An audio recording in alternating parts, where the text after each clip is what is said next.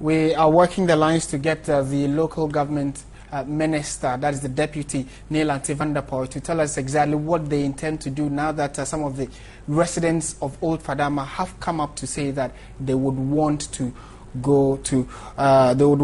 be relocated or given some place of respite in the meantime. But I'm told that we have Lante Vanderpuye on the line. Good afternoon, sir. Thank you very much for joining us.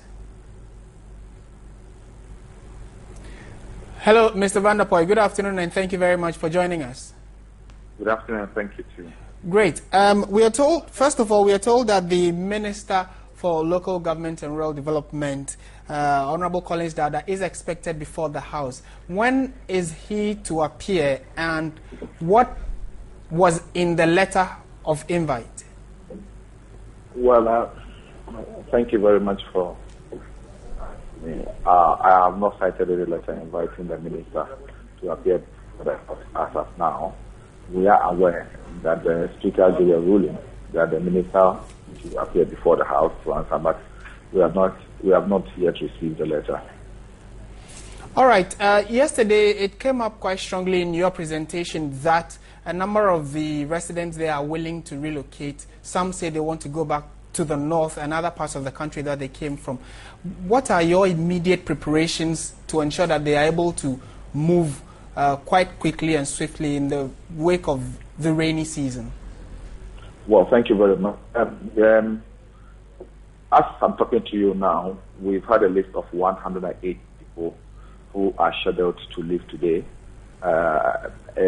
Metro Transport has made preparations, and possibly by this evening they will be departing.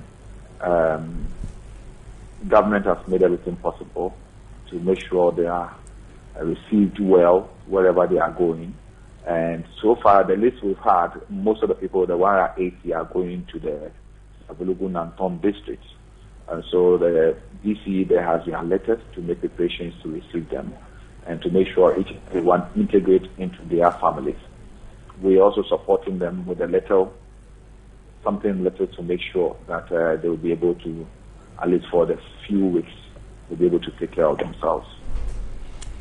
All right, Honorable, a number of questions have already started coming up. How much is government looking at helping these people with? How much is it going to cost government to transport them to their various places of convenience as they choose? For now, we are unable to give you any figure because we don't know the exact number of people who want to leave. As I'm talking to you, between yesterday and today, when we had the conclusions to some of these decisions, 180 people have indicated they want to be.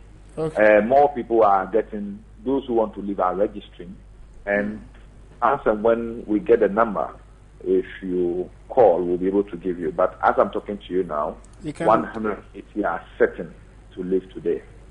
Okay, and we are told that you're currently around the Old Fadama area.